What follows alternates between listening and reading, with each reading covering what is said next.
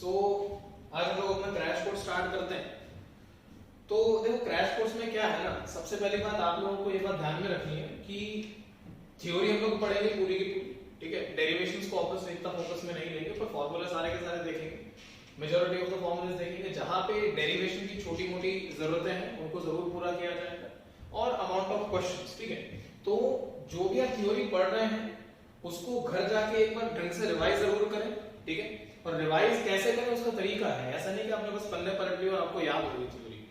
End moment है, time अभी भी 1-1.5 महीने का या पता नहीं कितने महीने का बाकी है, कह नहीं सकते लॉकडाउन की वजह से।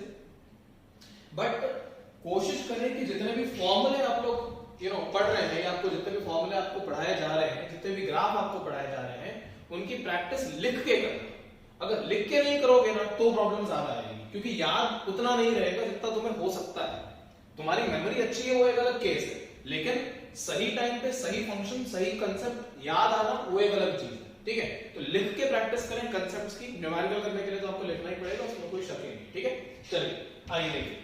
तो आज हम लोग बेसिकली क्रैश कोर्स में दो चैप्टर्स को लिंक करने की कोशिश करेंगे, and one is kinematics, another one is simple harmonic motion. आइए देखिए कैसे। पहले बेसिक से स्टार्ट करते हैं काइनेमेटिक्स के, उसके बाद हम लोग एसएम की बात करेंगे। एसएम की बात थोड़ी लेट शुरू हुई। तो काइनेमेटिक्स में हम लोग इतना जानते हैं कि काइनेमेटिक्स वो ब्रांच है, वो पार्ट है फिजिक्स का जिसमें उन पैरामीटर्स की स्टडी करी जाती है जो मोशन के दौरान अकर होते हैं, which occur during the motion, ठीक है। और जो मोशन को कॉज करता है वो किसमें स्टडी करा जाता है, तो लॉज ऑफ मोशन में या फिर डायनामिक्स में, जो भी आप कहना चाहे उसको, ठीक है। नाउ काइनेमेटिक्स में बेसिकली हम लोग जहां से शुरू करेंगे, डिस्टेंस स्केलर क्वांटिटी है। डिस्टेंस क्या चीज है, तो it is the path length between the two points, जहां पे भी आपने जैसे भी आपने ट्रैवल किया है, जिस भी पाथ के शेप में आपने ट्रैवल करा है, उस पाथ के शेप की जो भी लेंथ है, उस लेंथ का अमाउंट डिस्टेंस कहलाएगा। Distance can never be negative, distance zero नहीं हो सकता, ऑब्वियसली बात है, मोशन स्टडी कर रहे हैं तो distance can never be zero. Displacement is a vector quantity. Displacement क्या चीज है, इनिशियल पॉइंट और फाइनल पॉइंट को ज्वाइन करने वाली स्ट्रेट लाइन की लेंथ। क्या बोला मैंने, इनिशियल पॉइंट और फाइनल पॉइंट को ज्वाइन करने वाली स्ट्रेट लाइन की जो लेंथ है, उस लेंथ का जो भी अमाउंट होगा, उस स्ट्रेट लाइन की लेंथ का जो अमाउंट होगा, उस लेंथ को हम लोग क्या बोलेंगे, displacement. Displacement can be what? Negative. Displacement can be what? Positive. And displacement can be zero. तीनों बातें हो सकती हैं। Displacement zero कैसे हो सकता है, तो अगर आप एक सर्कुलर मोशन परफॉर्म कर रहे हैं और आप जिस पॉइंट A से शुरू हुए उसी पॉइंट A पे सर्कुलर मोशन परफॉर्म करते हुए A पॉइंट पे वापस आ गए, तो आपका डिस्प्लेसमेंट कितना होगा, जीरो। सर्कल का रेडियस कितना है, मान लीजिए r, तो डिस्टेंस कितना कवर करा A पॉइंट तक वापस आने में, 2πr। डिस्टेंस 2πr है, डिस्प्लेसमेंट जीरो है। आपसे पूछा जाए आपने प्लेन एंगल कितना कवर अप करा है, तो 360 डिग्री या फिर 2π रेडियन कवर अप करा है। 3D में पूछा जाता तो स्फीयर बनता तो आपने कितने स्टेरेडियन कवर अप करें, 4π स्टेरेडियन कवर अप करें। अगर आप एक डिस्क में घूमते हैं या स्फीयर में पूरा घूम जाते हैं तो 4π स्टेरेडियन कवर अप होता है, ठीक है। 3D में हम लोग अगर बात करें तो खैर, अब आगे बढ़ते हैं। तो काइनेमेटिक्स में स्पीड हो गया, सॉरी डिस्टेंस हो गया, डिस्प्लेसमेंट हो गया। स्पीड आपको बहुत अच्छे से पता है, स्केलर क्वांटिटी है, डिस्टेंस अपॉन टाइम होता है। वेक्टर में वेलोसिटी चलता है, वेलोसिटी इज व्हाट, तो डिस्प्लेसमेंट अपॉन टाइम या rate of change of displacement with respect to time is referred as the instantaneous velocity, dx/dt या dx vector by dt। Simply dx/dt लिखोगे तो rate of change of distance with respect to time होएगा, कहलाएगा instantaneous speed. और rate of change of displacement with respect to time लिखोगे, कहलाएगा instantaneous velocity.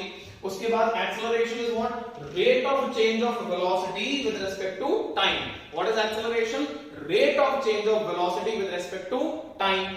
अब हमें वेक्टर क्वांटिटीज में डायरेक्शन को डिफाइन करना है। तो डिस्प्लेसमेंट की अगर मैं बात करता हूं, तो मान लीजिए ये पॉइंट A है और एक पार्टिकल A से B इस पर्टिकुलर पाथ के थ्रू गया, पार्टिकल A से B इस पाथ के थ्रू गया, तो डिस्प्लेसमेंट इस पर्टिकुलर डायरेक्शन में होगा।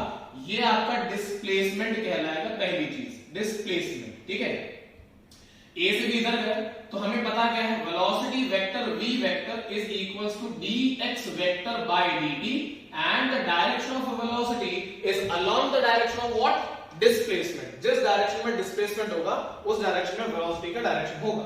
लेकिन जब हम एक्सेलरेशन वेक्टर लिखते हैं a vector which is equals to dv vector by dt, तो what is the direction of acceleration, direction of acceleration is along the direction of change in velocity, change in velocity divided by change in time। तो जिस direction में velocity change होती है उसी direction में acceleration होता है, बिकॉज एक्सेलरेशन की definition is not velocity upon time. Acceleration की डेफिनेशन क्या है? Rate of change in velocity या rate of change of velocity with respect to time. ये हमारे पास कहानी है एक्सेलरेशन की, ठीक है। अच्छा, ये छोटी छोटी बातें हैं, मैं इसमें फटाफट से बस बोल के खत्म कर रहा हूं, ठीक है। उसके बाद आगे देखें एक्सेलरेशन में हम थोड़ी सी और बातें करते हैं, ध्यान से देखें। Acceleration A is rate of change of velocity with respect to time. आप लोग ये लिख सकते हैं। आप ये बात जानते हैं कि वेलोसिटी v वेक्टर होता क्या है? dx vector by dt। तो मैं v को यहां पे लिख सकता हूं, तो मेरे पास एक्सेलरेशन वेक्टर का एक और फंक्शन इक्वेशन बनता है d2x vector by dt square या d2x vector by dt square, that is double differentiation of x or displacement with respect to time। उसके बाद एक्सेलरेशन a वेक्टर अगर मैं लिखता हूं d v vector by dt and if I multiply and divide by dx, तो हमारे पास आएगा dv vector by dx या by dx vector into dx vector by dt, ठीक है। तो यहां से एक्सेलरेशन a वेक्टर का इक्वेशन dx by dt को आप क्या लिख सकते हैं? v। तो यहां पे इक्वेशन बन गई v into dv vector by dx, that is v dv by dx। तो यहां से आपको इंपॉर्टेंट पॉइंट्स क्या समझ में आए? आपको ध्यान में क्या रखना है? आपको ध्यान में रखना है a वेक्टर के तीन फॉर्मूले होते हैं।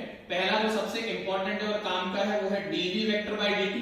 दूसरा एक और जो काम का है वो है v vector into dv vector bye dx। ये दो फॉर्मूले बहुत ज्यादा काम में आते हैं। दूसरा एक और है या तीसरा एक और है, that is d2x vector by dt square. ये इतना ज्यादा काम में नहीं आता है एंट्रेंस पॉइंट ऑफ व्यू से। तो हमें जो ध्यान में रखना है एक्सेलरेशन के दो मेन फॉर्मूले वो ये वाले हैं, एक ये वाला और एक ये वाला, ठीक है। इन्हीं पे बेस हम थोड़ा सा भी क्वेश्चंस भी करेंगे, आपको पता लग जाएगा कैसे इनको यूज में लेना है कैसे नहीं लेना है, उस पर बात हम लोग करते हैं। और आगे चलेंगे कि अगर मैं लिखता हूं v vector is equals to d x vector by dt, या फिर मैं लिखता हूं, अच्छा ये हमारी इंस्टेंटेनियस वेलोसिटी होगी, this is our instantaneous velocity. अगर मैं आपसे पूछता हूं what is the average velocity, please बातों को बहुत ध्यान से सुने। एवरेज वेलोसिटी, तो एवरेज वेलोसिटी को v एवरेज ऐसे रिप्रेजेंट करते हैं, कई बार v वेक्टर एवरेज ऐसे रिप्रेजेंट करते हैं। तो this is basically delta x vector by delta t। Now delta x vector by delta t is nothing but x2 vector minus x1 vector by t2 minus t1, that is the average velocity. Average में और instantaneous में बस इतना ही फर्क है कि ये जो टाइम गैप होता है ये एवरेज में कंसीडरेबल होता है, 2 सेकंड 3 सेकंड ऐसा। लेकिन इस वाले केस में the delta t, the gap between the two time values is very small, that is limit delta t approaching to 0। उस वाले कंसेप्ट से हमारे पास यहाँ पे dx वेक्टर बाय dt आता है, ये आप लोगों को पता है, ठीक है। ये वैल्यूज आ गई हमारे पास। अब इन दोनों डेटा को थोड़ा सा ध्यान से समझें। जब आप इंस्टेंटेनियस वैल्यू निकालते हैं, इंस्टेंटेनियस वेलोसिटी निकालते हैं, तो इंस्टेंटेनियस वेलोसिटी का एक और फॉर्मूला काम का है, वो ये है कि v vector instantaneous is equal to integration v dt या v vector dt by integration dt from t1 to t2 from t1 to t2। ये जो फॉर्मूला मैंने आपके सामने लिखा है ये कई बार एग्जाम में पूछा जाता है और कई बार हमें क्लिक नहीं होता है। किया कुछ नहीं है, v dt is equal to displacement होता है और वेलोसिटी क्या होता है? Displacement upon time. तो बेसिकली t1 से लेकर t2 के बीच में जो डिस्प्लेसमेंट हुआ और t1 से लेकर t2 के बीच में जो टाइम भी था उसको हमने रिप्रेजेंट कर दिया। अब ऐसी ही चीज बहुत ध्यान से सुने, सेम पैटर्न की जो चीज है हम लोग अल्टरनेटिंग करंट में भी पढ़ते हैं। हालांकि मैं चैप्टर को बाद में लूंगा, उसमें कोई शक नहीं है, लेकिन अल्टरनेटिंग करंट में आप लोगों ने पढ़ा होगा इंस्टेंटेनियस पावर। तो इंस्टेंटेनियस पावर का फॉर्मूला क्या होता है? Integration p dt, right? Integration p dt divided by integration dt। कैसे फॉर्मूला बनेगा या कुछ और बनेगा? थोड़ा सा सोचो। किया क्या है, देखो, जिस वैल्यू की, जिस क्वांटिटी की आपको इंस्टेंटेनियस वैल्यू चाहिए, आपको इंस्टेंटेनियस वैल्यू किसकी चाहिए? वेलोसिटी की चाहिए। अगर वेलोसिटी के इंस्टेंटेनियस वैल्यू चाहिए तो वेलोसिटी का इंटीग्रेशन करा है टाइम के रेस्पेक्ट में, पावर की इंस्टेंटेनियस वैल्यू चाहिए तो पावर की इंटीग्रेशन होगी टाइम के रेस्पेक्ट में, लिमिट्स वही की वही आएंगी t1 से लेके t2 और t1 से लेके t2, बस इंटीग्रेट कर दीजिए इंस्टेंटेनियस पावर का डेटा आपके पास बन जाएगा। तो ये फॉर्मेट दिमाग में रखें, इंपॉर्टेंस इस चीज की उतनी नहीं है जितनी इसकी है, क्वेश्चंस यहां से ज्यादा पूछ लिए जाते हैं पर ये चीज क्लिक नहीं होती, मैं आपको इसलिए इस पॉइंट को इससे लिंक करने की कोशिश कर रहा हूं कि इंस्टेंटेनियस वैल्यू किसी भी चीज की हो, यहां पे आपके पास इंस्टेंटेनियस वैल्यू किसी भी चीज की है। इंस्टेंट का मतलब क्या होता है, instant word basically is in concern with time, तो जिस भी क्वांटिटी का इंस्टेंटेनियस वैल्यू निकालोगे उसी क्वांटिटी का इंटीग्रेशन करना है टाइम के रेस्पेक्ट में डिवाइडेड बाय टाइम के रेस्पेक्ट में, या टोटल टाइम जहां से जहां तक आपको इंस्टेंटेनियस वैल्यू चाहिए, ये हमारे पास केस होता है इंस्टेंटेनियस का। खैर वैसे अगर मैं इंस्टेंटेनियस एक्सेलरेशन निकालूंगा वही कर दूंगा इंस्टेंटेनियस ADT अपॉन टाइम, ठीक है। अच्छा खैर आगे देखिए, अब हमारे पास दो तीन बातें और हैं जो आपको ध्यान में रखनी है, बाद में मैं पहले मैं थ्योरी डिस्कस करता हूं, बाद में मैं इनको न्यूमेरिकल फॉर्म में आपको करवाऊंगा। तो पहला पॉइंट है कि अगर हम लिखते हैं v is equals to dx या ds बाय dt या v vector is equals to dx vector by dt, तो आपको यहां से समझ में आना चाहिए कि मैं इसको लिख सकता हूं x2 vector minus x1 vector divide by t2 minus t1। तो यहां से हमारे पास जो इंफॉर्मेशन निकल के आती है, जो काम की है, वो है स्लोप ऑफ xt ग्राफ, मतलब displacement time graph, slope of xt graph the displacement time graph is velocity, slope of displacement time graph is velocity, ठीक है। ये इस पॉइंट से निकल के आता है, मतलब y एक्सिस पे डिस्प्लेसमेंट होगा, x एक्सिस पे टाइम होगा, तो इन दैट पर्टिकुलर केस जब आप उस ग्राफ का स्लोप निकालेंगे तो जो भी स्लोप का आंसर होगा वो आंसर खुद किसको रिप्रेजेंट करेगा, वेलोसिटी को रिप्रेजेंट करेगा, ऐसा मैं बोलता हूं, ठीक है। ओके, उसके बाद इसी पॉइंट में अगर मैं ऐसे लिखता हूं v vector is equals to d x vector by dt, ठीक है, इज इक्वल्स टू या इंप्लाइज d x वेक्टर का integration is equals to integration v vector dt, ठीक है। तो यहां से आपको क्या समझ में आया, मान लो x1 से लेके x2 तक इंटीग्रेशन करा और यहां पे टाइम के रिस्पेक्ट में तो t1 से लेके t2 तक इंटीग्रेशन करा, तो हमारे पास यहां पे आ जाएगा x2 vector minus x1 vector is equals to, अब यहां पे integration v vector dt time t1 से लेकर t2, ठीक है। Then in that particular case आपको समझ में आना चाहिए कि अगर हमें vt ग्राफ या वेलोसिटी टाइम ग्राफ दिया है, अगर हमें वेलोसिटी टाइम ग्राफ दिया है तो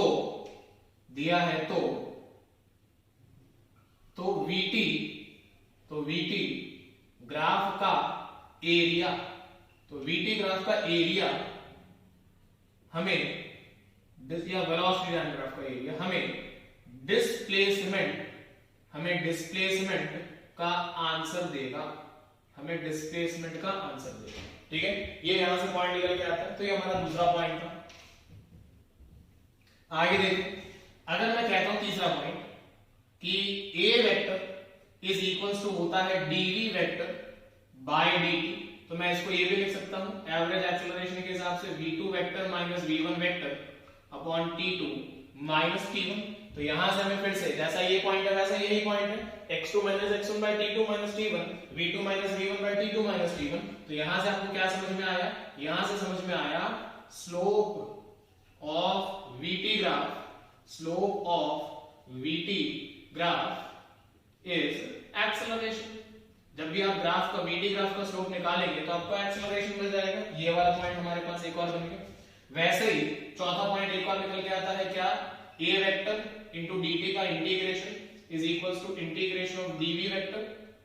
तो बेसिकली एरिया यही वाला पॉइंट है इंटीग्रेशन वाला, तो एरिया ऑफ at ग्राफ, अगर आप एक्सेलरेशन टाइम ग्राफ का एरिया निकालते हैं तो area of at graph is velocity, ठीक है। Area of at graph is basically the velocity. ये चार पॉइंट्स हमें ध्यान में रखने हैं, न्यूमेरिकल्स करेंगे हम लोग, कॉपी में नोट कर लीजिएगा बाद में, तो यूज करेंगे 4-5 पॉइंट्स को, ठीक है। ओके, इसके अलावा एक दो बातें और हैं, सुन लीजिए। ग्राफ का डेटा तो मैं आपको न्यूमेरिकल से समझाऊंगा ही। एक्सेलरेशन की इक्वेशन हम लोगों ने यूज कर ली, v इंस्टेंटेनियस बता दिया, डिस्प्लेसमेंट हो गया, स्पीड हो गया, फाइन नाइस। ओके आगे देखें, अगर मैं आपसे कहता हूं कि वेलोसिटी v की इक्वेशन दी है आपको as a function of time t, ठीक है, as a function of time t velocity की इक्वेशन दी है, तो क्या लिखा जाएगा? मान लो दे दिया t square plus t minus 1, simple equation ले रहा हूं ऐसे ही बस समझाने के लिए टाइम पास। तो अगर आप dv वेक्टर बाय dt करते हैं तो आपका आंसर एक्सेलरेशन के बराबर बनेगा, वो बनेगा 2t प्लस 1, ठीक है। अब कई बार क्या होता है कि वो कह देगा कि at what time the particle will stop, at what time the particle will be at its maximum velocity, इस तरीके से करके वो अलग-अलग बातें पूछेगा। तो प्रॉब्लम क्या है कि मैं डिस्कशन क्या करना चाहता हूं कि आपको vt की इक्वेशन दी है तब तक तो ठीक है, पर मान लो गलती से आपको a और x के बीच की इक्वेशन दे दी। मैं आपको पहले ये बता रहा हूं कि हम क्या करने वाले हैं, बाद में मैं समझाऊंगा उसका सॉल्यूशन क्या है। ax की इक्वेशन दे दी, vx की इक्वेशन दे दी, av की इक्वेशन दे दी, किसी भी टाइप की अलग-अलग इक्वेशन दे दी, तो उनको सॉल्व कैसे करना है उसके रिजल्ट को हम लोग डिराइव करेंगे, ठीक है। कहने का मतलब क्या, आपके पास कितने टाइप की इक्वेशन आ सकती है? आपको x as a function of time t पूछा जा सकता है, आपको v as a function of time t पूछा जा सकता है, आपको a as a function of time t पूछा जा सकता है, आपको v as a function of x पूछा जा सकता है, आपको a as a function of v पूछा जा सकता है, और आपको a as a function of x पूछा जा सकता है। इन 6 पैटर्न पे हम लोगों को क्वेश्चन पूछा जा सकता है। तो इन 6 पैटर्न को सॉल्व कैसे करना है, उसमें से जो मेजर पोर्शंस है या पैटर्न्स है मैं आपको वो समझाऊंगा कि हमें क्वेश्चंस को कैसे सॉल्व करना है, ठीक है। चलिए इतना नोट कर लीजिएगा, आगे बढ़ते हैं। देखो तो अगर हम लोगों को xt की इक्वेशन दी है और बोल दिया कि भाई vt में कन्वर्ट करो, या vt की इक्वेशन दी है बोल दिया at में कन्वर्ट करो, या ax की इक्वेशन दी है बोल दिया vx में कन्वर्ट करो, अलग अलग चीजें वो हम लोगों को करने को बोलेंगे, तो कैसे सॉल्व किया जाएगा आइए देखते हैं। और इसी के बाद हम थोड़ा सा एसएम का कांसेप्ट को लिंक करने की कोशिश करेंगे, ठीक है। दैट डजंट मीन कि जब मैं सिंपल हार्मोनिक मोशन में आऊंगा तो मैं चीजों को मिस करूंगा, मैं काइनेमेटिक्स के साथ एसएम को बस लिंक करने की कोशिश करता हूं, ठीक है। ऑलराइट देखते हैं, मान लीजिए कि आपको x t फॉर्म में इक्वेशन दी है, मतलब आपको x as a function of time की इक्वेशन दी। For example x is equal to 4t square plus 2t plus 1 या 4t square plus 2t minus 1, इस तरीके से आपको इक्वेशन दी है, ठीक है। देन आपसे बोला गया कि इसी इक्वेशन को आपको vt में कन्वर्ट करना है, तो क्या करोगे? इस इक्वेशन में करोगे क्या? अगर आपको कन्वर्ट करना है, xt दिया है मतलब आपको दे दिया x equals to 4t square plus 2t minus 1, और vt में करना है तो क्या करोगे? v इक्वल टू तुम्हें पता क्या है, dx बाय dt। मैं इसको मिटा दूंगा, ध्यान से देख लेना, आंसर बनेगा 8t प्लस 2। तो आपने बेसिकली किया क्या, आपने x की इक्वेशन का एक बार डिफरेंशिएशन कराया और आपको answer v as a function of time में मिल गया। तो हम xt से vt में जाने के लिए एक बार डिफरेंशिएट करेंगे और आंसर आ जाएगा। इन द सिमिलर वे अगर मैं vt की इक्वेशन मुझे दी है और मुझे at में जाना है तो मैं फिर से एक बार डिफरेंशिएट करूंगा, एक बार डिफरेंशिएट करने पे acceleration as a function of time मिल जाएगा मुझे, ठीक है। उसके बाद अगर मान लीजिए आपको x as a function of time t ही दिया हुआ है और आपको v as a function of x जाना है, तो क्या करेंगे सोचिए। आपने x as a function of time t का एक बार डिफरेंशिएशन करा, आपको मिल जाएगा v as a function of time t, और आप इस वाली इक्वेशन और इस वाली इक्वेशन का जो दो इक्वेशन बनेगी उसमें से आप क्या कर दीजिए, आप एलिमिनेट कर दीजिए। एलिमिनेट किसको कर दीजिए? t को। तो एलिमिनेट t करने पे आपको v as a function of x मिल जाएगा। कहना क्या चाहता हूं देख लीजिए, मान लीजिए आपको दिया हुआ है x is equals to 2t square plus t minus 1। तो अगर मैं v निकालता हूं तो v कितना बनेगा? v बनेगा 4t प्लस 1, ठीक है। अब मैं क्या बोल रहा हूं कि इन दोनों इक्वेशन में से x as a function of t और v as a function of t दोनों मिल गई। मैं यहां से t की वैल्यू लिख देता हूं v माइनस 1 डिवाइडेड बाई 4। ये t की वैल्यू मैं यहां पे और यहां पे पुट करूंगा तो x इज इक्वल टू आएगा 2 इंटू t स्क्वायर मतलब v माइनस 1 बाई 4 का square plus v minus 1 by 4 minus 1। तो ये जो इक्वेशन बन गई आपको बन मिल गई x और v के बीच में, तो वही तो हमें चाहिए था v as a function of x में। तो ये हमारे पास मेथड रहेगा इस तरीके से, ठीक है। अच्छा ये छोटी छोटी बातें थी जो हम लोगों को पता होनी चाहिए। अब थोड़ी सी और इंपॉर्टेंट बातों पे आते हैं। मान लीजिए आपको दे दिया गया है क्या दिया गया है, फॉर एग्जाम्पल आपको दिया गया है x as a function of time t और आपसे पूछ लिया गया या कन्वर्ट करने को बोला a as a function of x में। ठीक है, कहने का मतलब क्या है, इस बात का मीनिंग क्या है। मान लीजिए आपको इक्वेशन दे दी गई x is equals to t square plus t minus 1 और आपसे बोला गया कि इस इक्वेशन को कन्वर्ट करो, ऐसे कन्वर्ट करो कि वो रिलेशन a और x के बीच में बन के आए। तो a और x के बीच में कैसे बनेगा, सबसे पहले देखें। अगर मैं इसका एक बार डिफरेंशिएशन करता हूं, एक बार डिफरेंशिएशन करने पे मुझे मिलेगा v इक्वल टू होता क्या है dx बाय dt और v equal to dx by dt, तो ये क्या बनेगा 2t प्लस 1, ये बन जाएगा हमारे पास। ठीक है, अच्छा अब एक चीज को सोचें, अगर आप ये करते हैं तो अब मैं आपको बेसिकली ये बता रहा हूं कि जनरली बच्चा सोचता क्या है, बच्चा करता क्या है। अब v as a function of time t आ गया, अब आप इन दोनों इक्वेशंस को यूज करेंगे और जो ये जो स्टेप करा था एलिमिनेट t, तो v as a function of x पे पहुंच जाएंगे। That is one method. तो यहाँ पे ये कर दिया, उसके बाद हमने लिख दिया इसको 1 कर लो इक्वेशन को, इसको 2 कर लो और हमने कर दिया एलिमिनेट t फ्रॉम 1 एंड 2। आपने 1 और 2 में से एलिमिनेट कर दिया तो v get v as a function of x। अब हमें पता क्या है, समझे, एक्सेलरेशन a जो है वो होता है v dv by dx, ये चीज होती है। अब आपको एक चीज समझनी पड़ेगी यहाँ पे कि जब आप लिखते हैं v is equals to dx by dt, तो यहाँ पे x जो है वो टाइम का फंक्शन है, वैसे ही v dv by dx तो v जो है वो यहाँ पे x का फंक्शन है। तो आप v as a function of x तक पहुंच चुके हैं। तो मान लीजिए इन दोनों इक्वेशन को सॉल्व करके, मैं अपने मन से बोल रहा हूं क्योंकि थोड़ी इक्वेशन कॉम्प्लिकेटेड है, या t की वैल्यू चलो मैं बना देता हूं। t की वैल्यू हमारे पास कितनी है, 1 minus v divided by 2, 1 minus v divided by 2, ये t की वैल्यू है।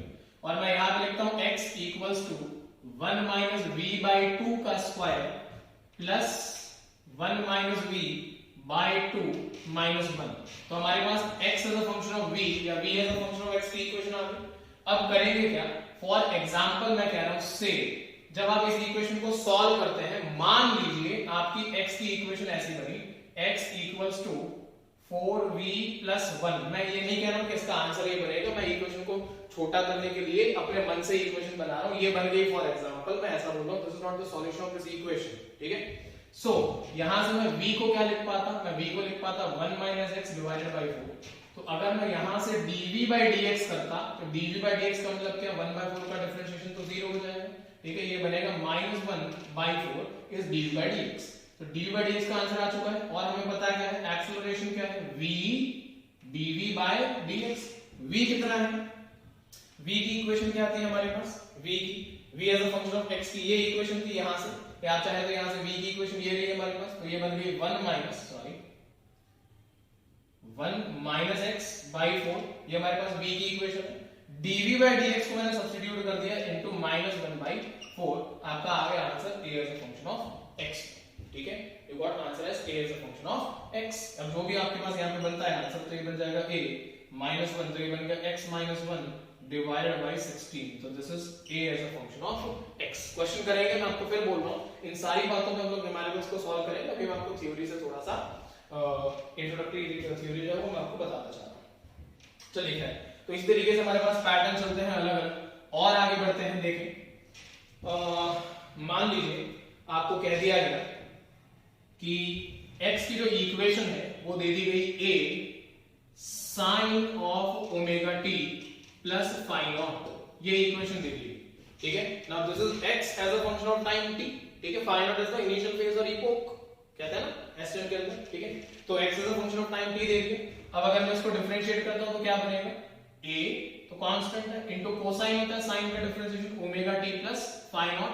ओमेगा t का डिफरेंशिएशन होएगा तो ये जो पूरी वैल्यू है इस चीज को हम लोग ओमेगा से मल्टीप्लाई करेंगे कोफिशिएंट को, तो ये बन जाएगा v is equal to omega into a into cosine of omega into t plus phi naught, ये बनेगा।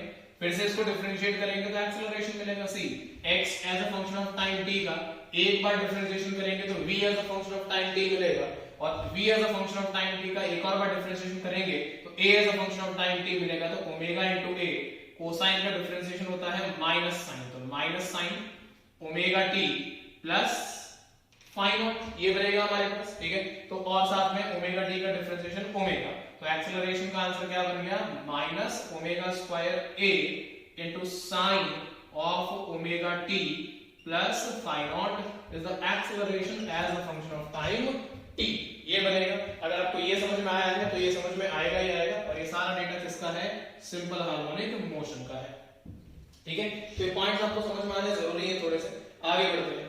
अब देखिए हम थोड़ा सा अपना डायरेक्शन जो है थ्योरी का, उसको एग्जांपल तक पहुंचने से पहले इक्वेशन ऑफ मोशन की तरफ डायरेक्ट कर रहे हैं, ताकि चीजों को हम लोग एक साथ थोड़े अच्छे क्वेश्चंस बना पाए या कर पाए, क्योंकि काइनेमेटिक्स में फिर हमें ब्रेक लगाना पड़ेगा, इससे अच्छा है पहले से थोड़ी सी थ्योरी को प्रिपेयर रखें। एक दो बातें सुन लीजिए, हम लोग डील करने वाले हैं अभी, नाम जो हमारा टॉपिक का है वो है इक्वेशंस या इक्वेशन ऑफ मोशन। तीन इक्वेशंस है बेसिकली, तो हालांकि वैसे चार होती हैं। v is equals to u plus at। अपने दिमाग में एक बात को क्लियर कर लें, ये एक वेक्टर इक्वेशन है। This equation is a vector equation. Vector equation का मतलब है कि इस इक्वेशन में साइन का सिग्निफिकेंस है। अगर आप साइन को यूटिलाइज नहीं करेंगे तो आपके आंसर गलत आने के पूरे चांसेस है। मतलब वेलोसिटी का आंसर या एक्सेलरेशन का आंसर जो है टाइम तो नेगेटिव पॉजिटिव नहीं होता। वेलोसिटी का जो आंसर है वो पॉजिटिव और नेगेटिव दोनों हो सकता है, एक्सेलरेशन का आंसर पॉजिटिव और नेगेटिव दोनों हो सकता है।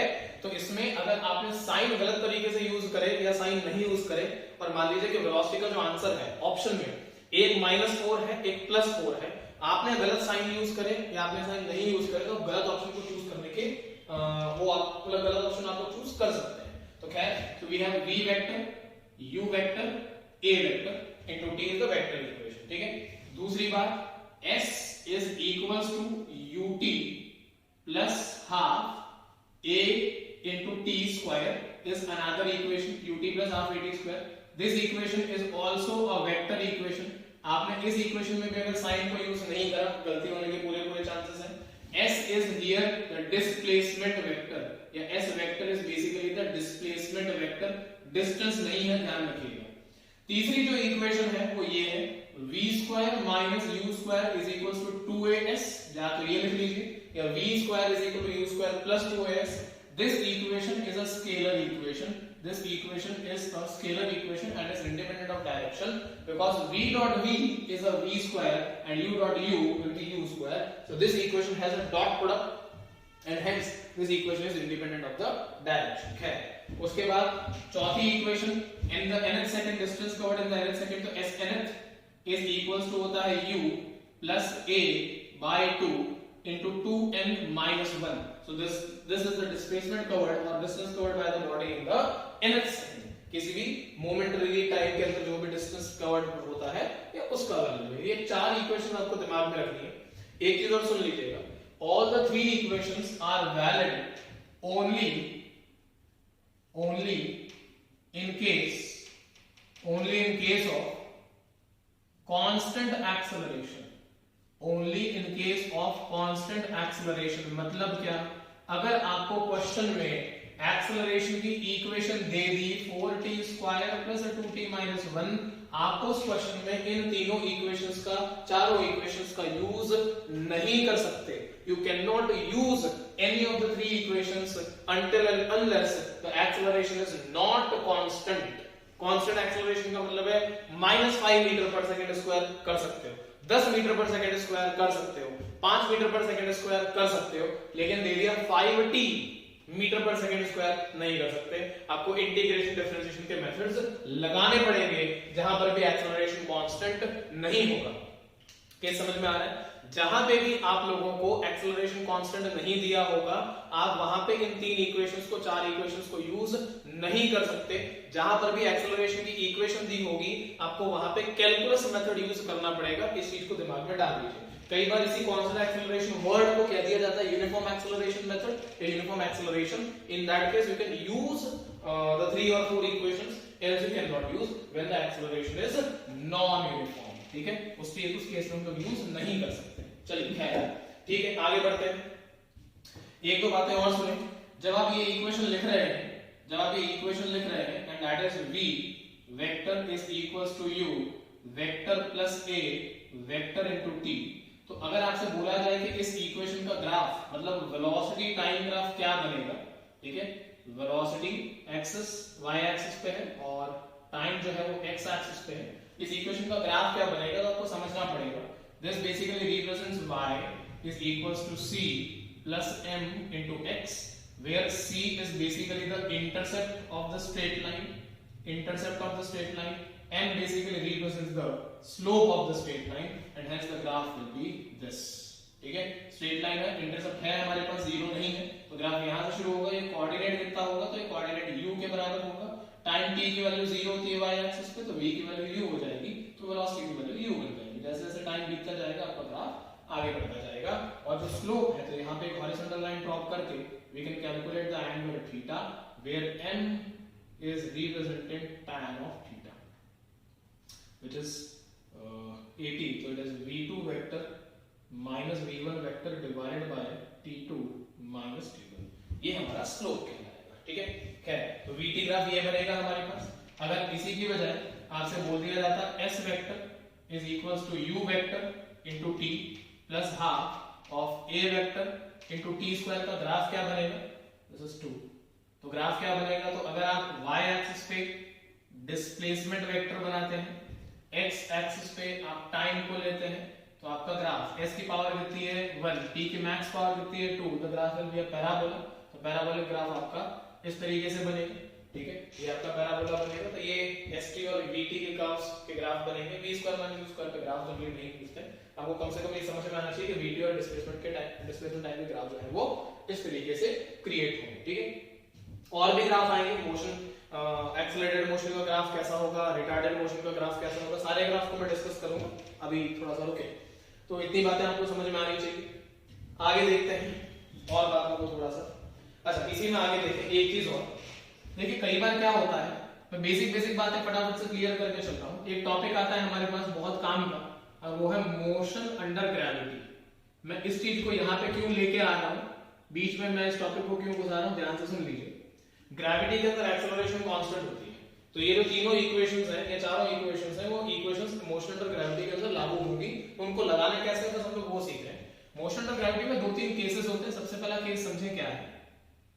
पहला केस मान लीजिए ये है कि ग्राउंड ये है, आपने ग्राउंड से किसी पर्टिकुलर बॉडी को, आपने ग्राउंड से किसी पर्टिकुलर बॉडी को ऊपर की डायरेक्शन में थ्रो करा, तो मान लीजिए किस वेलोसिटी से थ्रो करा, तो आपने v0 वेलोसिटी से थ्रो करा, बॉडी को आपने पॉइंट ए से थ्रो करा है, बॉडी इस तरीके से ऊपर जाती है, ऊपर जाने के बाद बॉडी अपनी मैक्सिमम हाइट को रीच करती है पॉइंट बी को, और बॉडी फिर से नीचे गिरना शुरू करती है और यहाँ पे आके नीचे गिर जाती है, बॉडी ऐसे ऊपर जा रही थी और बॉडी अब नीचे आती है। अब एक बात को सुन लीजिएगा, ये दो अलग अलग लोकेशंस पे बॉडी नहीं गिरती है, बॉडी जहां से आपने फेंकी थी उसी पॉइंट पे आके गिरती है, और हम बस मोशन को एनालाइज कर रहे हैं, इसलिए मैं दूसरा पार्ट बना रहा हूं उसका, ऐसा नहीं है कि बॉडी इधर से फेंकी थी और इधर आके गिरी थी, ठीक है, जहां से फेंकी थी सेम पॉइंट पे आके नीचे गिरेगी, ठीक है।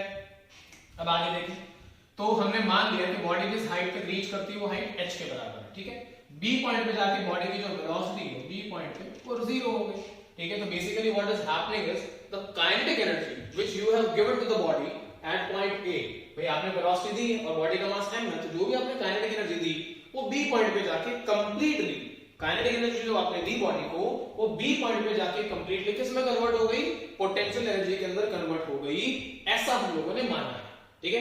तो b पॉइंट पे जाकर अगर कंप्लीटली पोटेंशियल एनर्जी में कन्वर्ट हो गई, तो जहां पर भी बॉडी पोटेंशियल एनर्जी पजेस करती है वहां पे बॉडी किस में होती है, रेस्ट में होती है, because what is potential energy, it is the amount of energy possessed bye a body when the body is at rest, तो ये बनेगा हमारे पास। अब आगे देखिए यहाँ पे और क्या क्या क्वांटिटीज आएंगी, अगर h हाइट कवर अप करी है और v0 वेलोसिटी से कवर अप करी है, तो मैं ये लिख सकता हूं वेलोसिटी एट पॉइंट, मैं a से लेके b तक के मोशन को एनालाइज कर रहा हूं, a टू b, तो मैंने लिखा final velocity at point b का square minus initial velocity at a का square is 2 into a into s, values अभी हम सब्स्टिट्यूट करेंगे, तो a पॉइंट पे वेलोसिटी कितनी है 0, सॉरी b पॉइंट पे वेलोसिटी कितनी है 0, a पॉइंट पे कितनी है, तो v0 का स्क्वायर इज इक्वल टू, अब आगे देखिए सुनना ध्यान से, आप किसी भी मोशन अंडर ग्रेविटी के टॉपिक को ले लीजिए या क्वेश्चन को ले लीजिए, एक बात पक्की है, बॉडी ऊपर जाए, बॉडी ए से बी जाए या बॉडी बी से सी आए,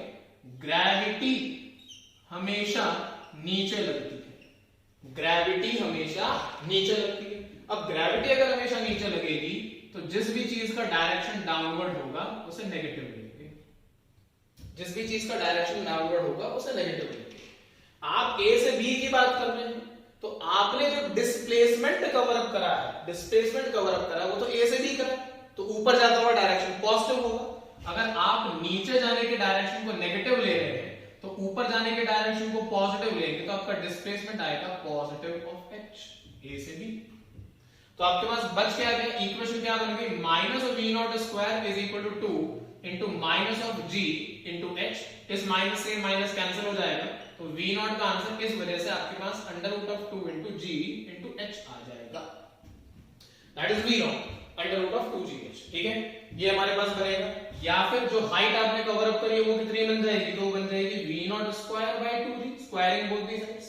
ठीक है, आपसे जो भी पूछे height is equal to v naught square by 2g, जिस भी पैटर्न में आपको डेटा पूछना हो या निकालना हो अब निकाल सकते हैं। तो h हाइट इतनी हो जाएगी आपके पास और v नॉट की वैल्यू इतनी हो जाएगी आपके पास। ठीक है, अच्छा अब ये चीज आपको पता होगी। अच्छा टाइम कितना लगेगा ये भी निकाल लेते हैं। ए से बी में, ए से बी जाने में टाइम कितना लगेगा, तो वो कैसे निकलेगा, वो इस तरीके से निकलेगा। हमें पता है s is equals to ut plus half a into t square. तो s कितना कवर अप हुआ, प्लस h, भाई वेक्टर इक्वेशन है ना तो सब कुछ वेक्टर में चलेगा, तो प्लस h। ये आपकी v नॉट वेक्टर है या v नॉट है पर पॉजिटिव है क्योंकि ऊपर का डायरेक्शन है तो पॉजिटिव है, into time t plus half into gravity negative होती है अभी पढ़ाया, इंटू टी स्क्वायर। ये हमारे पास इक्वेशन बनेगी। एक तरीका ये है निकालने का। अब इसमें तुम्हारे पास क्वाड्रेटिक इक्वेशन बन जाएगी या फिर क्या यूज कर सकते हो इसी की जगह पे v vector is equals to u vector plus a vector into t। Final velocity तो इसको मैंने लिख दिया vb vector is equals to u a vector plus a vector into t। तो vb कितना है 0, u a कितना है तो v नॉट या प्लस v नॉट क्योंकि ऊपर जा रहे हैं, minus gravity into time t taken from a to b। तो time taken from a to b is nothing but v naught divided by g। ऊपर तक जाने में जिसे हम लोग टाइम ऑफ एसेंट कहते हैं कई बार, तो a से b जाने में जो आपको टाइम लगेगा वो v नॉट बाय g का लगेगा। ये हमारे पास कहानी है। ठीक है, कोई दिक्कत है किसी बच्चे को प्लीज बोलिए, नहीं? ओके नाइस, आगे चलते हैं। देखें मोशन और ग्रेविटी को स्टडी करते हैं, आगे देखें।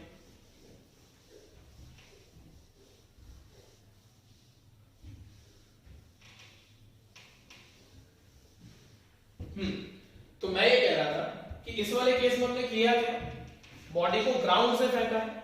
अब आप एक चीज को और ध्यान से सुने, आप जिस पर्टिकुलर पॉइंट से बॉडी को थ्रो करते हैं, आपने ए पॉइंट से थ्रो करा है तो a point is referred as the point of projection. Projection मतलब बॉडी को थ्रो करना, प्रोजेक्ट करना। तो जिस पर्टिकुलर पॉइंट से बॉडी को थ्रो करते हैं आप अपना ओरिजिन वहीं पे मानते हैं, 0,0 यहीं पे मानना है। मतलब आपने पॉइंट ए को अपना फ्रेम ऑफ रेफरेंस माना है या ओरिजिन माना है और इस ओरिजिन के रेस्पेक्ट में आपने सारे के सारे आंसर्स कैलकुलेट करे। मतलब ओरिजिन ए के रेस्पेक्ट में हाइट इतनी कवर अप हुई है, ओरिजिन के रेस्पेक्ट में बॉडी को इतनी वेलोसिटी से थ्रो करा गया है, ओरिजिन के रेस्पेक्ट में बॉडी को ए से बी जाने में जो टाइम लगा है ए पॉइंट के रेस्पेक्ट में वो v नॉट बाय g लगा है। सारे के सारे जो आंसर्स हैं वो ए पॉइंट के रेस्पेक्ट में। ठीक है, अच्छा इसके बाद अगर आपसे ये हम लोगों को ऑलरेडी पता है कि किसी भी मोशन और ग्रेविटी के अंदर जितना टाइम ऑफ एसेंट लगता है, एसेंट मतलब ऊपर जाना, और जितना टाइम नीचे, तो ऊपर से नीचे और नीचे से ऊपर जाने का जो टाइम है वो बराबर होता है। तो जो टोटल टाइम ऑफ फ्लाइट है, टोटल टाइम ऑफ फ्लाइट है, what is the total time of flight. मान लो कैपिटल टी है तो कैपिटल टी किसके बराबर है, ए से बी जाने के और प्लस बी से सी जाने के। तो total time of flight capital t is equals to हमारे पास है v naught by g is time of ascent plus v naught by g is time of descent. तो capital T is nothing but 2v naught by g which is time of flight for the process. मतलब A point से C point तक आने में जो time लगेगा वो हमारे पास टाइम ऑफ फ्लाइट कहलाएगा। ठीक है, ये हमारे पास कहानी बनती है इसकी। एक और पॉइंट देखें अब सेकंड, ये हमारा एक केस खत्म होता है। सेकंड पॉइंट कुछ इस तरीके से है कि मान लीजिए कि ग्राउंड पे एक बिल्डिंग है इस तरीके से, ये इसको थोड़ा ध्यान से देखिएगा। एक बिल्डिंग है, बिल्डिंग की ये जो हाइट है ये h के बराबर है, ये जो हाइट है बिल्डिंग की ये h के बराबर है। और आपने इस बिल्डिंग से एक पर्टिकुलर बॉडी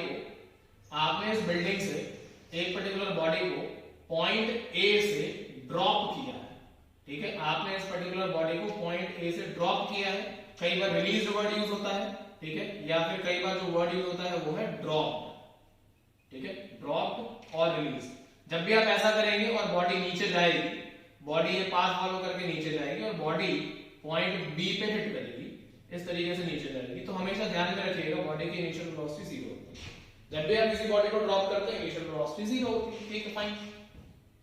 तो ये हो गया बॉडी ने जो डिस्प्लेसमेंट कवर अप कराई है। हमारे पास कोई भी टावर है या बिल्डिंग है, जो भी आप कहना चाहते हैं, टावर और एरिया बिल्डिंग, तो बी पॉइंट पे बॉडी जिस वेलोसिटी से हिट करेगी वो निकालेंगे, एक्स साइड कितना टाइम में कवर अप करेगी वो निकालेंगे।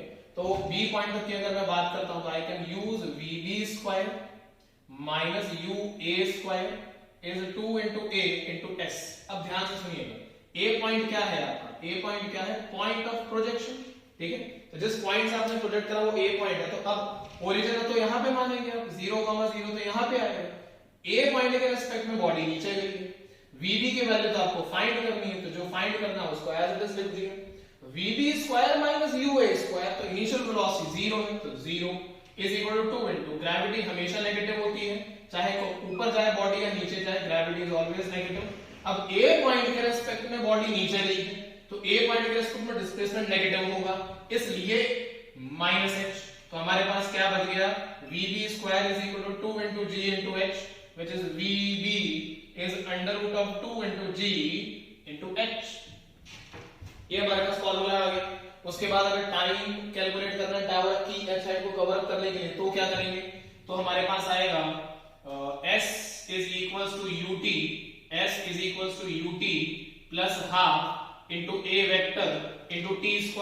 तो यहां से h जो है वो कितना आएगा, -h। माइनस क्यों आया, क्योंकि तुमने नीचे के डायरेक्शन में डायरेक्ट डिस्प्लेसमेंट कवर अप कर, इनिशियल वेलोसिटी 0 है, -half into g into t²। ये माइनस क्यों आया, gravity is always negative, minus से माइनस कैंसिल हो गया।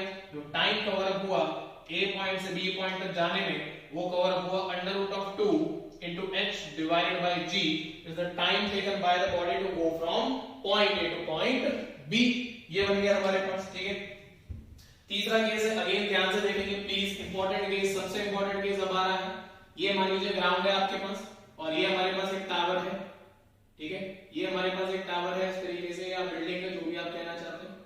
इस बिल्डिंग की जो हाइट है वो मान लीजिए h के बराबर है, दिस हाइट इज h।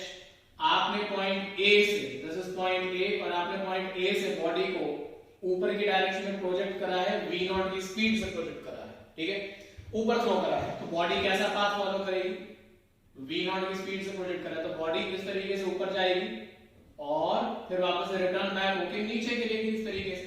अब बात को समझे, बॉडी A पॉइंट तक गई है, फिर बॉडी यहां तक पहुंचेगी और ये पॉइंट हमारा B पॉइंट कहलाएगा, ये पॉइंट हमारा मैंने कह दिया C पॉइंट है, और बॉडी फाइनली जो है वो D पॉइंट पे हिट कर रही है। तो बॉडी यहां से ऐसे नीचे जाती है, D पॉइंट पे भी ऐसे नीचे जाते हुए हिट करेगी, B पॉइंट पे हमें पता है कि बॉडी की जो वेलोसिटी है वो 0 हो जाएगी, ठीक है। चलिए आइए समझते हैं क्या है।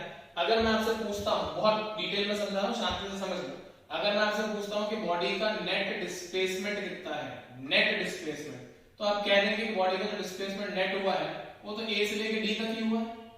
भाई ये डिस्प्लेसमेंट जितना पॉजिटिव होता है ये डिस्प्लेसमेंट नेगेटिव है, हालांकि इसको लिखने का तरीका देखें।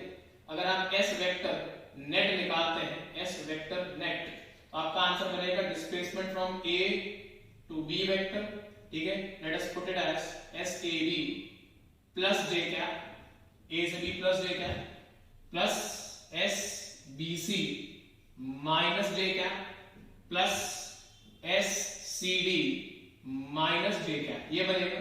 अब आपको पता है कि A से लेके B और B से लेके C तक की जो हाइट है, क्योंकि ये AC पॉइंट तो सेम लाइन पे है, तो A से लेके B और B से लेके C तक की जो हाइट है वो तो सेम है, तो ये दोनों को मैं कैंसिल कर सकता हूं, इसलिए आपके पास जो आंसर बनेगा वो बनेगा SCD वेक्टर। अब आप A टू D बोल लीजिए, A टू D मतलब नीचे, या फिर आप बोल दीजिए C टू D, बात एक ही है।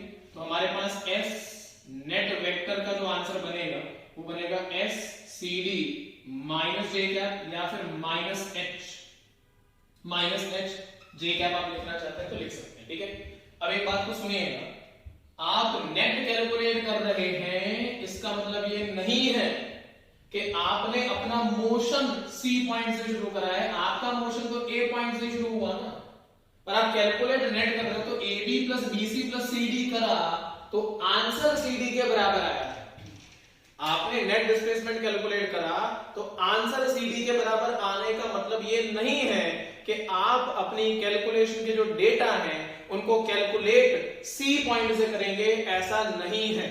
आप सी पॉइंट से कैलकुलेशन नहीं करेंगे, आपका point of projection A point था, ए पॉइंट के रेस्पेक्ट में करेंगे। सबसे पहली बात, ए पॉइंट के रेस्पेक्ट में बॉल ऊपर गई है, सी पॉइंट के रेस्पेक्ट में बॉल नीचे जा रही है, और आपने नेट डिस्प्लेसमेंट कैलकुलेट करा है ए पॉइंट के रेस्पेक्ट में। तो जब आप डायरेक्शंस को यहां पे मेंशन करेंगे, डायरेक्शंस को, तो आप ये लिखेंगे कि आपके एस नेट वेक्टर का डायरेक्शन है -h, आपकी इनिशियल वेलोसिटी का डायरेक्शन और डेटा है प्लस v0 से फेंका है तो प्लस v0 j कैप, आपकी एक्सेलरेशन a वेक्टर का जो डेटा है वो है -g j कैप। ये आपके पास डेटा बनेंगे। अब आपको जो कैलकुलेट करना है करते रहिए। मान लीजिए आप कैलकुलेट करते हैं, इक्वेशन लगाते हैं s vector is equal to u vector into t plus half a vector into t square, तो यहां लिखा जाएगा -h is equal to v0 into t minus half into g into t square. सबसे बड़ी गलती इसी इक्वेशन में होती है, बच्चा ये सोचता है कि -h क्योंकि नीचे जा रहा है, सी पॉइंट की वेलोसिटी, तो हमें पता है कि जितनी वेलोसिटी से फेंकते हैं बॉडी उसी वेलोसिटी पे आती है, तो यहाँ पे वेलोसिटी v0 पता होती है, पर आप -v0 यहाँ पे नहीं लगाएंगे।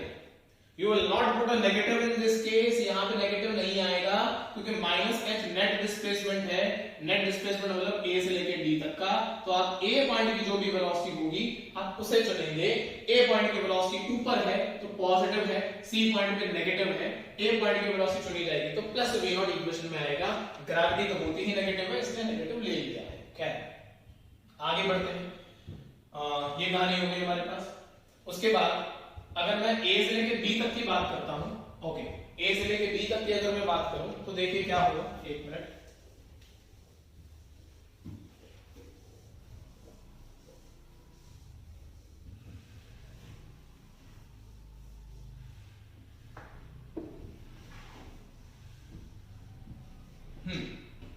अगर हम a से लेके b तक की बात करते हैं, यहां लिख देता हूं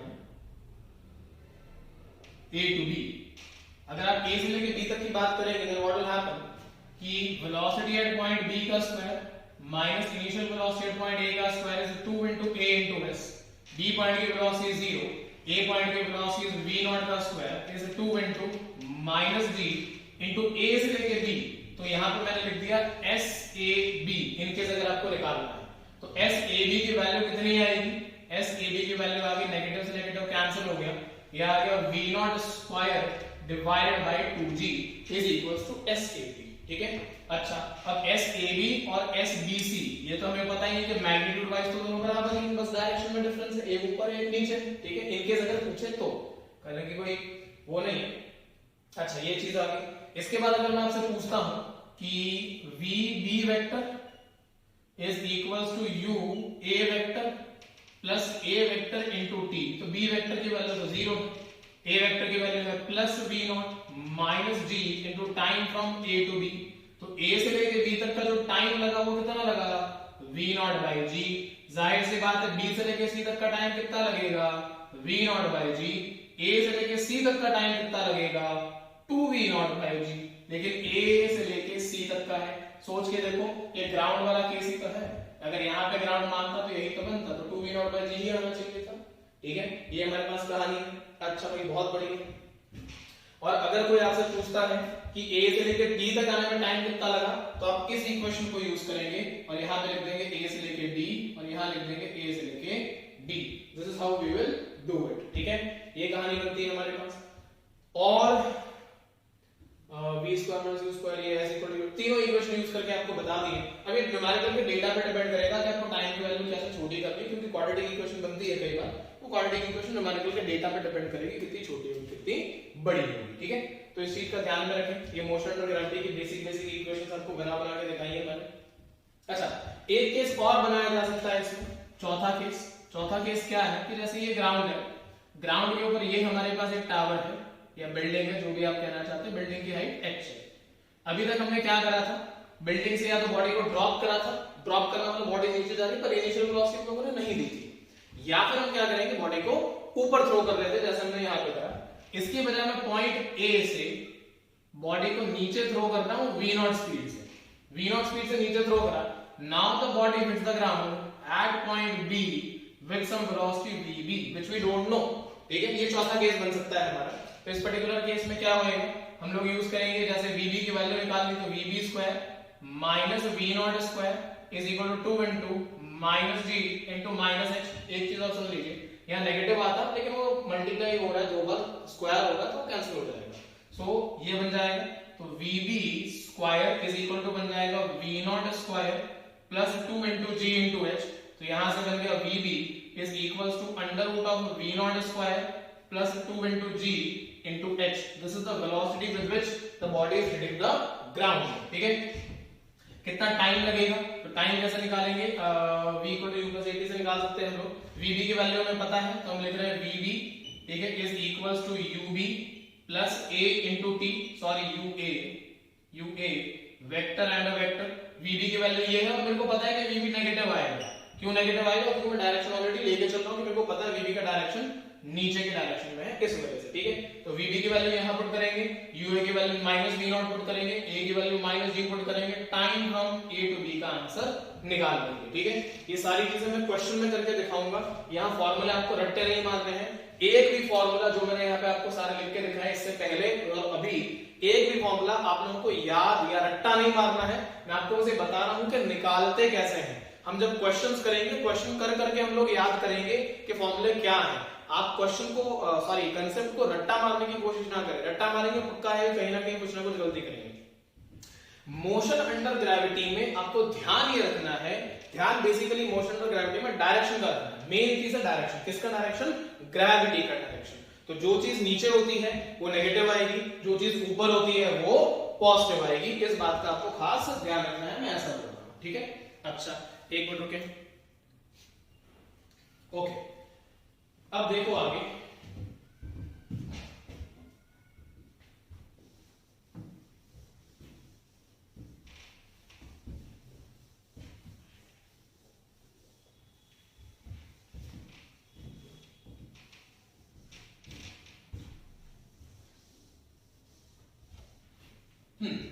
देखिए जरा क्वेश्चंस को, मैं आपको क्वेश्चंस बताता हूं थोड़े से।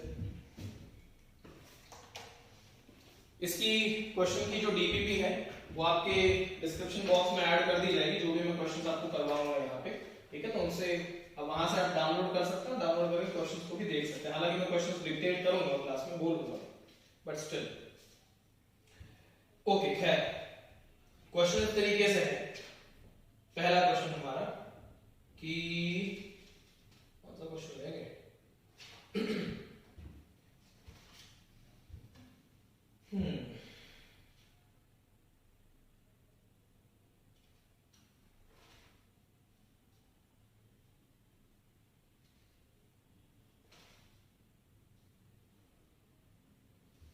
देखिए क्वेश्चन जरा। क्वेश्चन की लैंग्वेज में बोल रहा हूं, पढ़ रहा हूं। A balloon is going up with a uniform speed of 20 meters per second. A balloon is going up with a speed of 20 meters per second.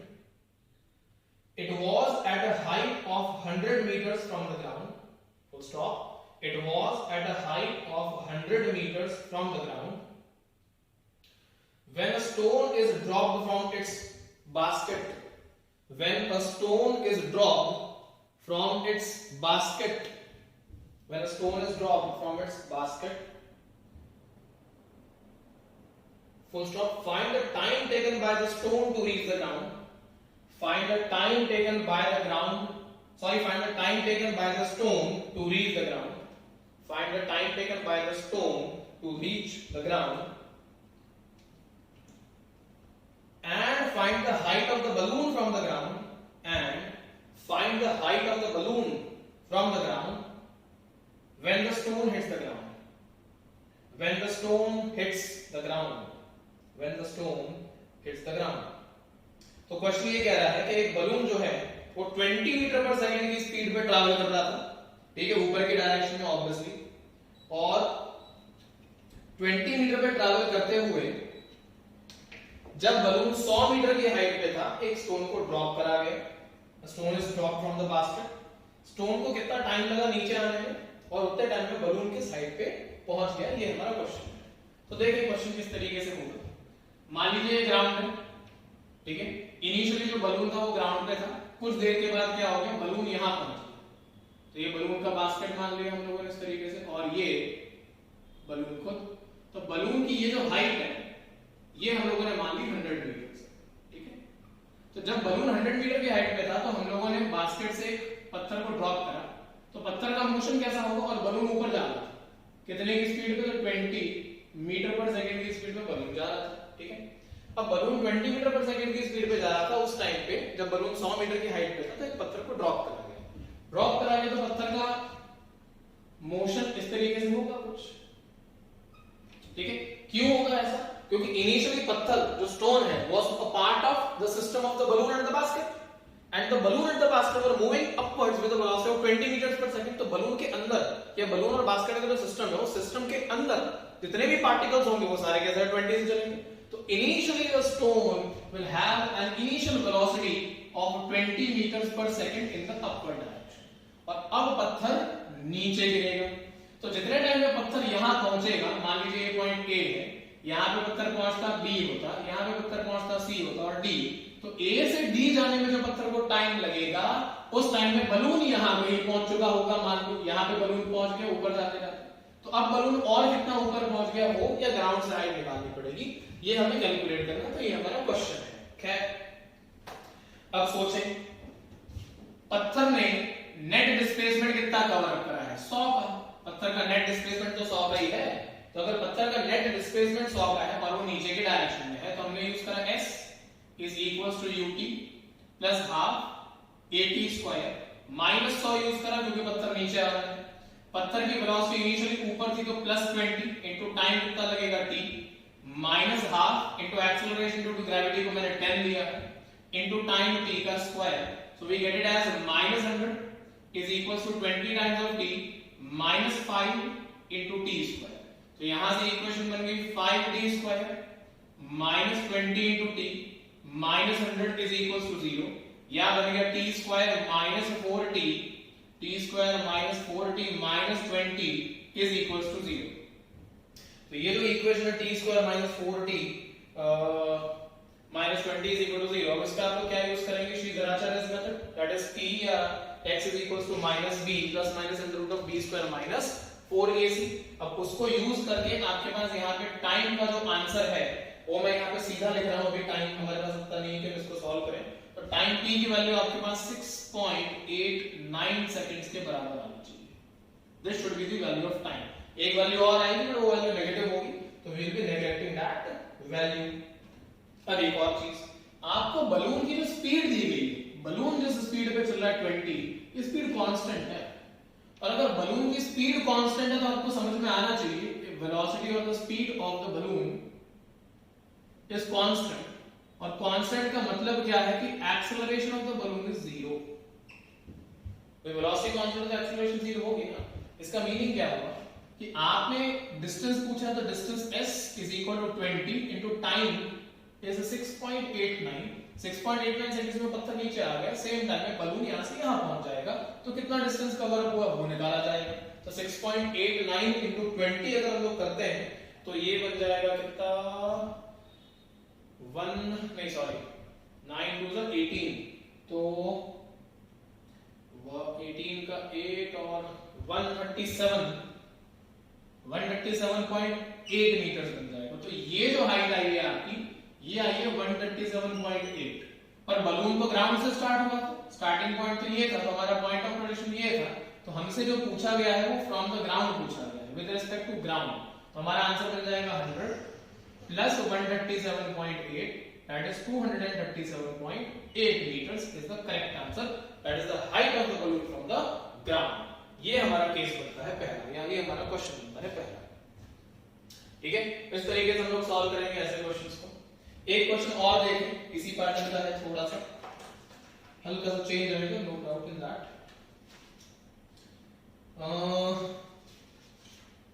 एक मिनट।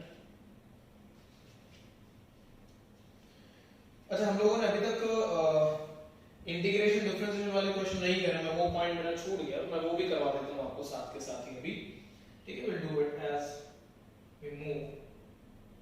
क्वेश्चन है, लिखे एक क्वेश्चन, क्वेश्चन की लैंग्वेज लिखेंगे please. Instantaneous velocity of an object, instantaneous velocity of an object varies, instantaneous velocity of an object varies with time as, varies with time as v equal to alpha minus beta t square, v equal to alpha minus beta t square. Find the position and acceleration. Find the position and acceleration as a function of time. Find the position and acceleration as a function of time, and also find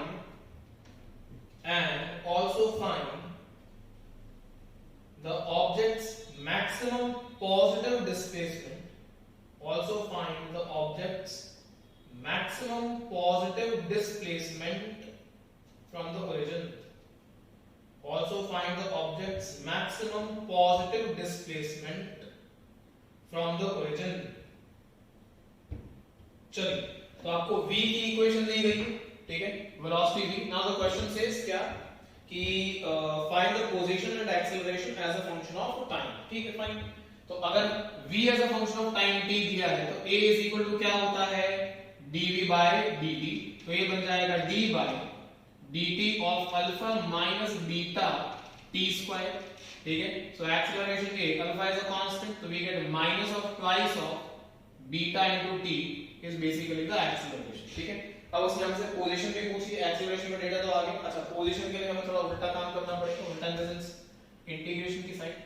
so v is given as alpha minus beta into t square, and what is v? So v is d x by dt is alpha minus beta into t square, तो ये बन जाएगा dx is alpha minus beta into t square dt. Integrating both these sides to dx is integration alpha minus beta t square into dt. Time का कोई data हमें शायद question में नहीं दिया है, तो we will go for origin 0 से लेके x and time t equal to 0 से लेके t. So this gives me x is equal to alpha into t minus beta t cube by 3, and that's it. This is the equation of x, ठीक है। तो उसने पूछा है कि also find the maximum possible displacement from the origin। तो x की ये जो इक्वेशन है इसको हम लोग क्या कर देते हैं, dx by dt equal to 0। तो what is dx by dt? dx by dt is this only, तो हमें अक्कल लगाने की जरूरत नहीं है। dx by dt का मतलब हो गया alpha minus beta into t square equals to 0। तो यहां से टाइम t की वैल्यू कितनी आ गई, टाइम t स्क्वायर की वैल्यू कितनी आ गई, अल्फा डिवाइडेड बाय बीटा। यहां से टाइम t की वैल्यू आ गई under root of alpha by beta. तो क्वेश्चन ये पूछा था डिस्प्लेसमेंट मैक्सिमम किस टाइम पे होगा या कितना होगा, तो टाइम t की किस वैल्यू पे डिस्प्लेसमेंट मैक्सिमम होगा। अब ये t की वैल्यू अब यहां पे और यहां पे पुट करेंगे तो आपके पास x का मैक्स वैल्यू निकल के आएगा, और वो आएगा alpha into t। So alpha under root of alpha by beta minus beta by 3 into t cube is alpha by beta की होल पावर 3 बाय 2, ठीक है, ये बन जाएगा। अब आप चाहें तो under root of alpha divided by beta you can take it out as a common value, या अल्फा की power 3 by 2 by root beta. Okay fine, चलिए under root alpha by beta ये कॉमन ले लीजिए, तो ये कॉमन आ जाएगा। तो आपके पास ब्रैकेट में alpha minus beta by 3 into alpha by beta बच जाएगा, ये बच जाएगा क्योंकि पावर 3 बाय 2 थी तो 1 + 1 बाय 2, तो बीटा से बीटा कैंसिल हो जाएगा। तो final answer comes out to be alpha by beta का root into alpha minus alpha, अच्छा बाय 3 तो 2 alpha by 3 will be the answer for x max. if I'm not wrong, एक बार cross check कर लेते हैं। हमारे पास क्या बन रहा था बीटा का, ओ सॉरी कुछ मिस्टेक करी है हमने आई गेस, टी क्यूब है, ओके फाइन, नहीं टी क्यूब है, ठीक है। तो टी की वैल्यू हमारे पास 1/2 थी, तो 3/2 हो गया ये। कुछ तो मिस्टेक करी है शायद मैंने, तो 3/2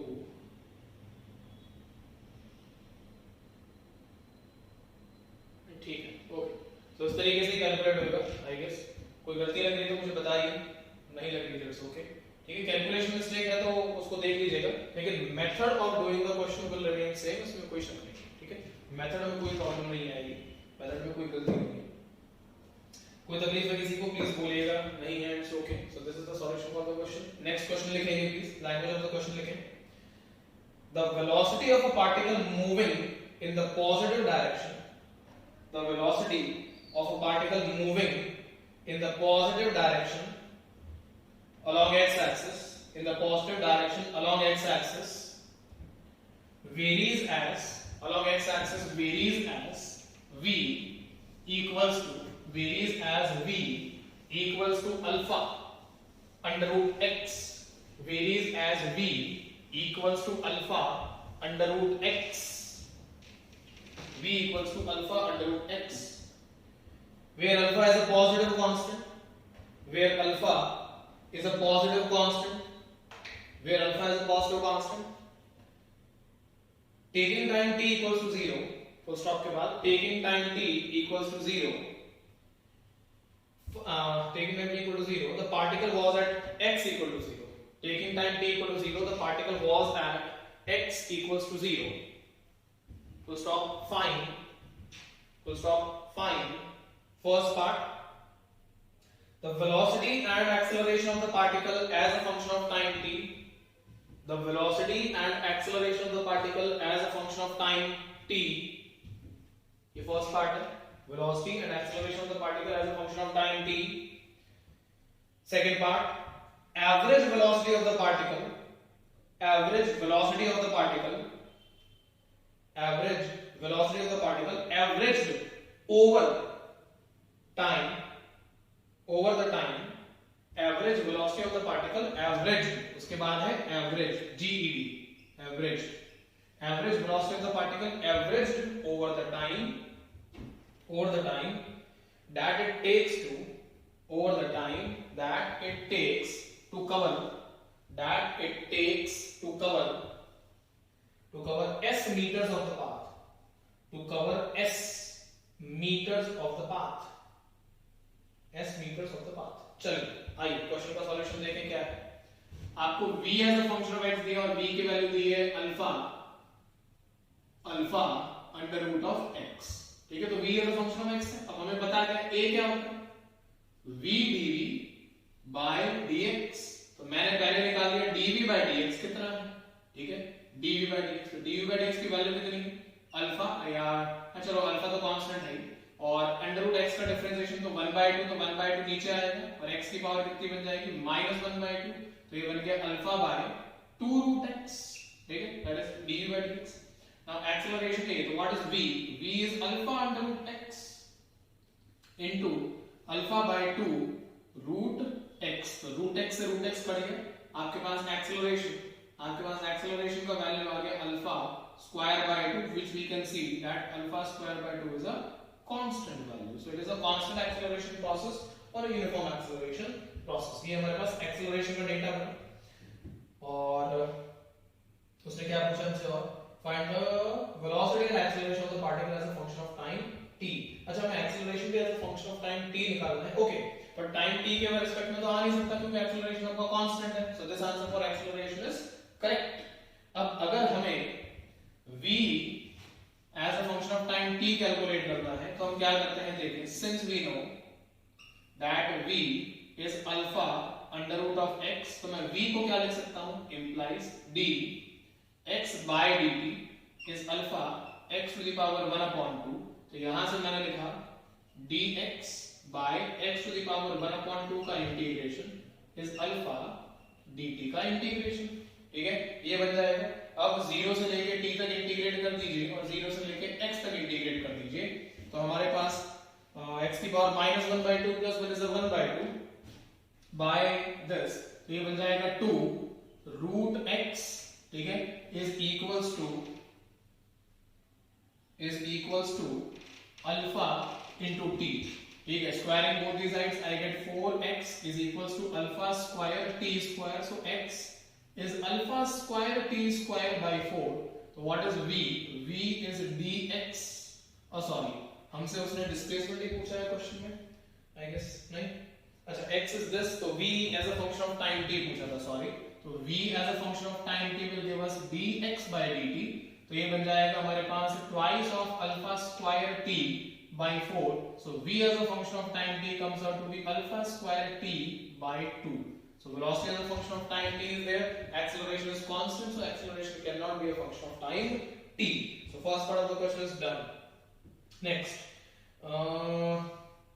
एक काम और कर सकते हैं इसमें, थोड़ा सा सोचें अगर हम लोग, तो फर्स्ट पार्ट के लिए एक तो एक्सेलरेशन निकाल ही लिया, ठीक है, और अगर हमें velocity as a function of time t ये आंसर निकालना है, तो we can do one more thing, what we can do is, इसी के लिए एक सेकंड मेथड है, ध्यान से देख लें।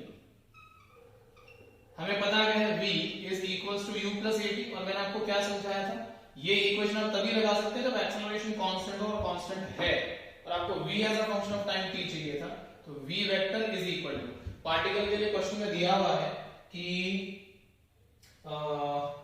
t इक्वल टू 0 पे velocity of the particle moving as a function of this, तो देखें मैं ये कहना चाह रहा था कि आपको v की वैल्यू कितनी दी है, alpha under root of x, आपने यहाँ पे जब इंटीग्रेट करा तो t इक्वल टू 0 पे डिस्प्लेसमेंट की वैल्यू 0 मांगी, तो x इक्वल टू 0 पे आपके पास इनिशियल वेलोसिटी कितनी आएगी, 0, भाई t इक्वल टू 0 पे जो भी वेलोसिटी होती है वो क्या होती है, इनिशियल वेलोसिटी, तो t इक्वल टू 0 पे आप थे कहां पे, x इक्वल टू 0 पे, तो x इक्वल टू 0 पे जो वेलोसिटी आएगी वो कितनी आएगी, 0 आएगी, तो आपकी इनिशियल वेलोसिटी कितनी है, 0, तो 0 प्लस एक्सेलरेशन कितना है, अल्फा स्क्वायर बाय 2, तो alpha square by 2 into t, तो ये बन गया v is equal to alpha square t by 2, same answer, ठीक है, तो आप इस तरीके से भी इसको कैलकुलेट कर सकते हैं इनकेस अगर आप चाहें तो। और इसके अलावा हमसे पूछा हुआ है average velocity of the particle, average over the time that it takes to cover first s metres of the path, ठीक है, s मीटर कवर अप करने के लिए क्या डेटा बनेगा वो हमें देखना है, तो v की इक्वेशन है हमारे पास half alpha square into t by 2, okay, average velocity होती है total displacement by total time, ठीक है, तो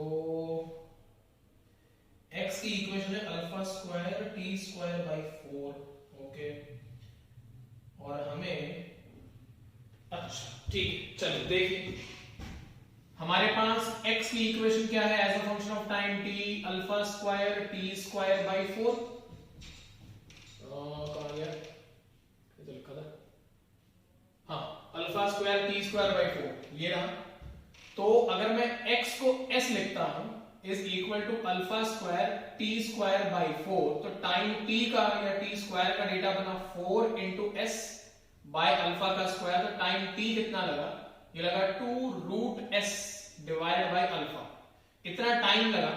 अब मुझसे पूछा गया एवरेज स्पीड का डेटा इसी s मीटर को कवर अप करने के लिए, भाई टाइम का डेटा आ गया, now what is average speed, average speed is total displacement by total time, तो एवरेज को हम लोगों ने निकाला, तो डिस्टेंस s कवर अप हुआ है upon time t is 2 root s and alpha, s से रूट s कैंसिल हो जाएगा, एवरेज स्पीड का डेटा आ गया alpha under root s by 2,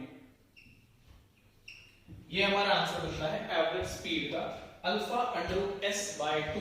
इस मेथड में या कॉन्सेप्ट में कोई दिक्कत हो मुझे बताइएगा, ठीक है, तो जिनके लिए वीडियो रिकॉर्डिंग हो रही है भाई, अगर आप लोगों को किसी भी क्वेश्चन में इशू है तो बता दीजिएगा कमेंट्स में या डिस्क्रिप्शन बॉक्स में, मैं लिख दूंगा सॉल्यूशंस को।